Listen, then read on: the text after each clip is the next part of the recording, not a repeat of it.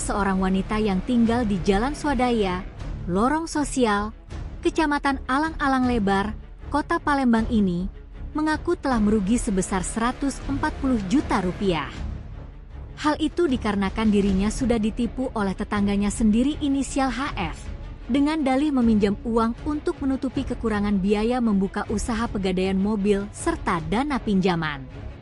Tak terima telah menjadi korban penipuan, Yulianda yang merupakan pengusaha muda ini melaporkan tetangganya tersebut ke SPKT Polrestabes Palembang.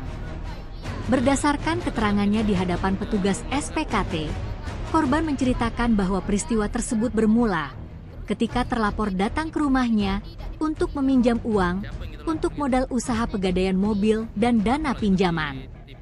Merasa percaya karena terlapor adalah tetangga sendiri, diakui Yulianda, dirinya pun meminjamkan uang kepada terlapor. Dia percaya karena terlapor punya usaha tenda dan rumahnya mewah. Masih kata Yulianda, sebelum dirinya memberikan uang tersebut, terlapor berjanji akan mengembalikan uang miliknya di 10 hari kemudian. Bahkan hingga kini terlapor tidak mempunyai itikat baik untuk berusaha menyicil dan mengembalikan uang yang dipinjamnya. Sehingga akhirnya Yulianda membuat laporan ke polisi, supaya terlapor dan keluarganya sadar kalau hutang itu harus dibayar, dan berharap uang yang sudah dipinjam dapat dikembalikan. Laporan polisi yang dibuat korban telah diterima pihak SPKT Polrestabes Palembang dengan dugaan tindak pidana penipuan atau perbuatan curang UU nomor 1 tahun 1946 tentang KUHP sebagaimana dimaksud dalam pasal 378 KUHP dan atau 372.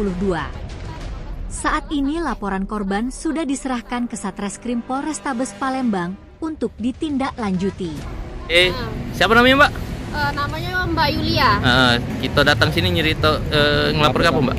Ngelapor ke penipuan, ambek modal sudah ratusan juta, terus pas ditagih duitnya dipakai pribadi, tidak diputerinyo. Siapa yang kita lapor gitu? Hasneni Fitri. Berapa lah kita ditipu itu sampai berapa juta? 140 juta. Kira-kira kapan kronologis kejadiannya? Kronologis kejadiannya dia tuh minta modali untuk usaha gadai dia dan dana pinjam dia. Kayak itu nah. Per 10 hari pas ditagih, ya duitnya udah katik lagi dipakai dia itulah. Dipakai pribadi ya? Iya, udah diputerinyo. Kita kenal sama wongnya? Kenal tetangga, terus ya kami ngasih dia juga pinjaman tuh kan karena dia tuh juga ada usaha, Mas. Usaha dia tuh kan punya tenda, Pali Tenda di Swadaya tuh di Pak Jo sudah terkenal nih tendanya. Terus tuh lakinya juga itu pejabat BNI, atasan BNI, BNI Live.